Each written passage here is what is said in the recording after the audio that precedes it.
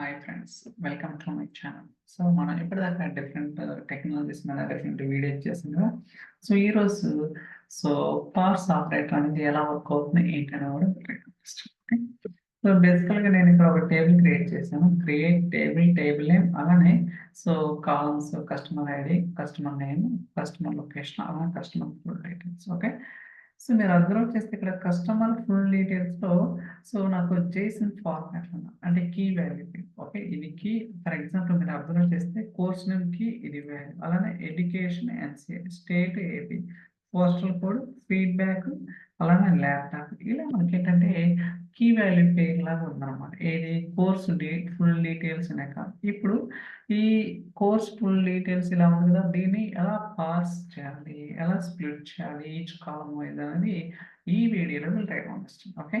So నేనైతే already table create చేసాను, but ఎందుకు చెప్తున్నా అంటే ఇక్కడ మీకు తెలియాలి కదా ఏంటి ఏమి డిఫైన్ చేశాను అనేది. సో దానికోసమేనమాట.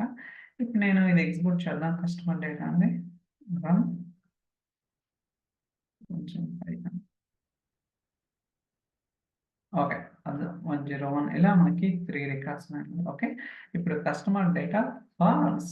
ఓకే, చూడండి ఇక్కడ పార్స్ కస్టమర్ ఫుల్ డీటెయిల్స్ అంటే ఏదైతే కాలం ఉందో with course name is equal to course name. అంటే ఇది వచ్చేసరికి మీరు ఇక్కడ డిఫైన్ చేసిన కీ అనమాట. ఇది వచ్చేసరికి column name. Okay, column name మీ ఇష్టం, మీరు ఏదైనా ఇవ్వచ్చు.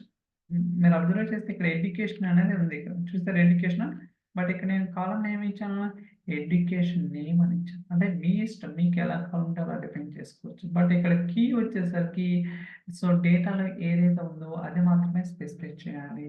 Okay, that's most important. Okay.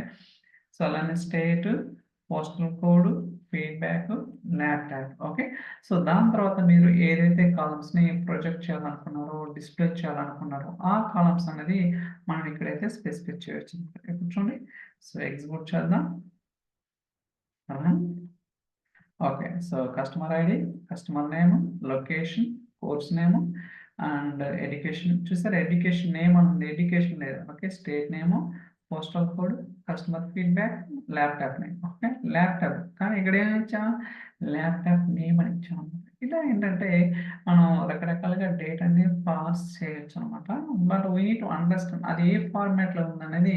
So that's most important అనమాట. Okay.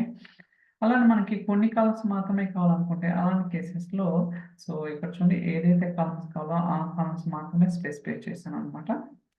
So just click on run. ఇక్కడ చూడండి. So customer ID, customer name, customer location, course name, education, state. So but ఇది ఇక్కడ దాకే కావాలి. ఇది నాకు వద్దనుకుంటే సో దీన్ని ఒక వేరియబుల్ డిఫైన్ చేసి వేరియబుల్ నుంచి మనం ఫిల్టర్ అనేది చేసుకోవచ్చు. అంటే ఏ కాలమ్స్ కావాలంటే మనకి ఎక్స్ప్లిసిట్ గా స్పెసిఫై చేస్తే ఆ కాలమ్స్ మాత్రమే మనం అవుట్పుట్ అయితే డిస్ప్లే చేయొచ్చు. ఓకే.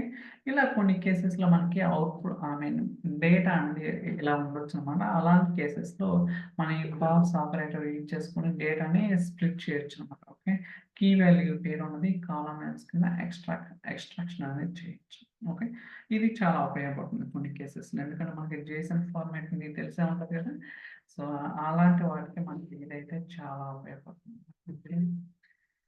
ఐ థింక్ ఈ వీడియో మీకు నచ్చింది అనుకుంటున్నాను. ఇన్ కేస్ ఈ వీడియో కనుక మీకు నచ్చినట్లయితే లైక్ చేయండి, షేర్ చేయండి, సబ్స్క్రైబ్ చేయండి. Okay, so thank you so much for watching. Will catch you in the next video. By.